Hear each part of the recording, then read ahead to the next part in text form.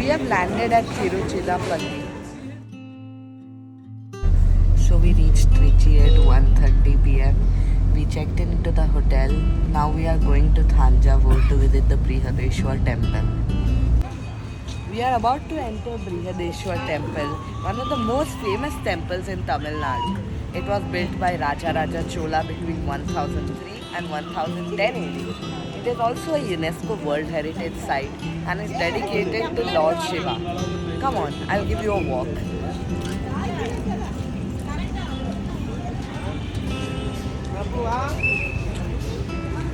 From here you can see till inside the temple.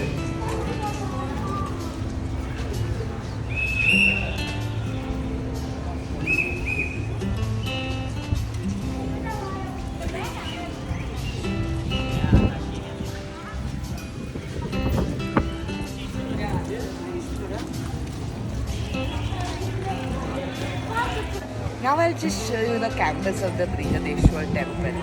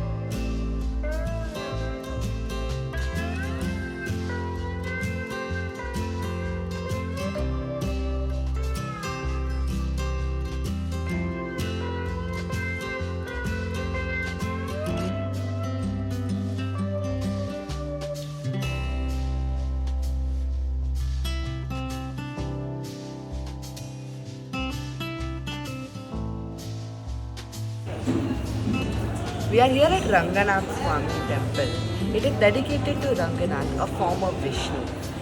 This temple is one of the largest temple complexes in all of India. It was also nominated as a UNESCO World Heritage Site. Archaeological evidences such as inscriptions referring to this temple date back to 100 BC, which makes it more than 2000 years old.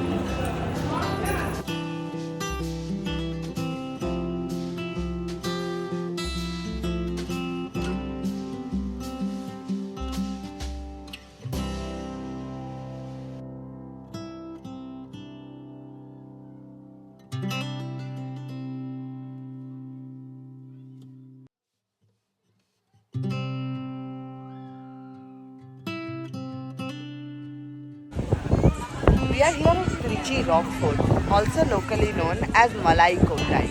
It is a very ancient fortification and temple complex built upon an ancient rock. The rock is 83 meters in height. It is located on the bank of river Kaveri in Tamil Nadu. There are two Hindu temples inside, the Uchi Pillayar temple and the Thayu Munaswamy temple. The oldest structure in the fort is a cave temple built by the Pallavas from 580 AD. This temple is dedicated to Lord Ganesh.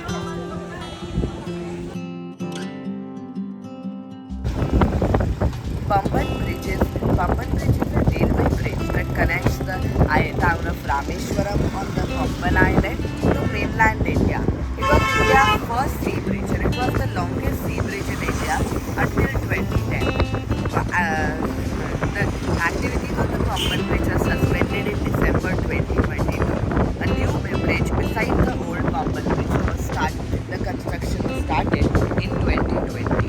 The new bridge is almost nearing completion and has a section midway which can be opened to let ships pass through. The bridge is 2.06 kilometers in length.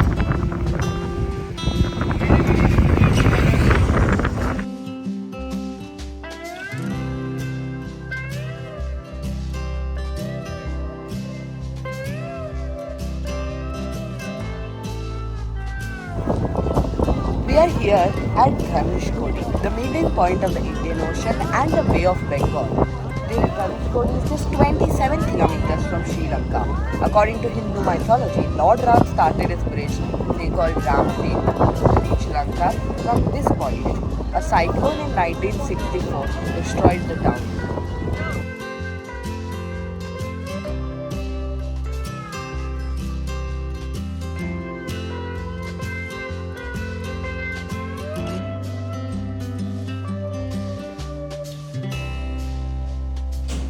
We are here at Ramar Patham.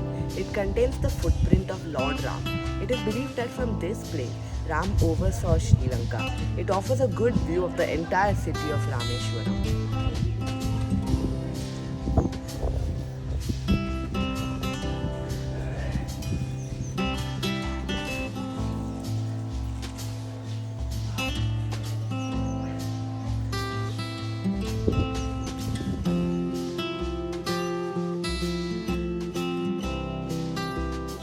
We are here at Ramnath Swami temple, which is very close to the shore.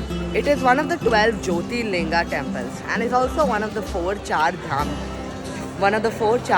temples. It is said that Lord Ram we worshipped Lord Shiva at this temple before and after his war against Ravan. Before this war against Ravan, Lord Ram worshipped here, which is said to have been the reason he won the war. After the war, Lord Ram worshipped here to absolve any sins that he may have committed in the war against Ravan.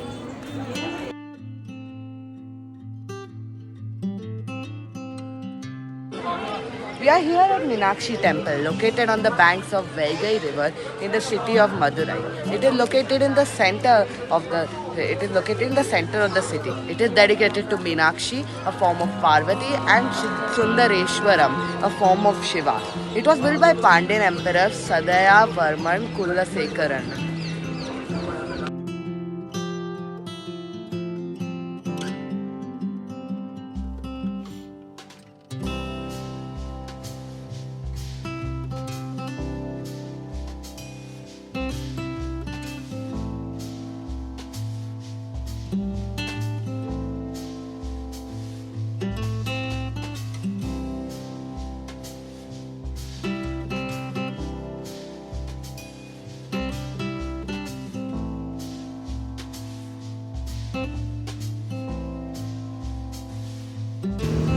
Behind me is the Thiruvalluvar statue. We cannot visit it currently as a bridge is being constructed. It is a 41-meter tall statue of the Tamil poet and philosopher Valluvar. It was sculpted by V. Ganpati Sthapati and was unveiled on 1st January 2000. It is the 25th tallest statue in India currently.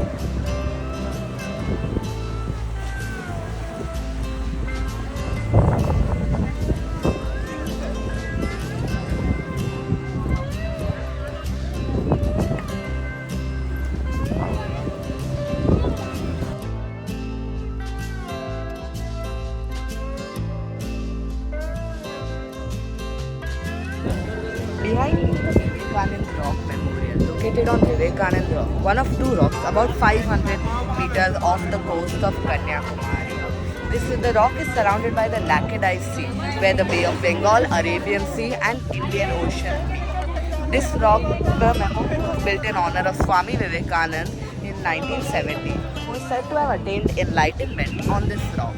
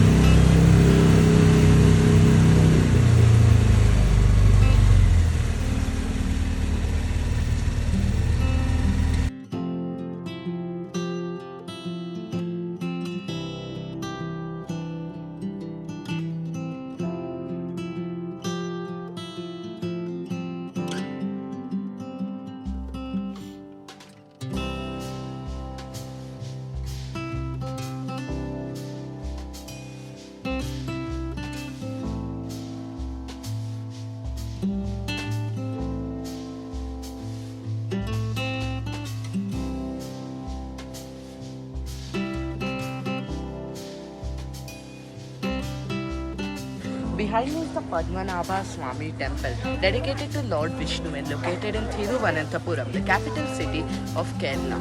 It is unknown by whom and when it was built. There are references of this temple in epics and the Puranas. It is one of the 108 Divya Desams, which are the sacred abodes of Lord Vishnu.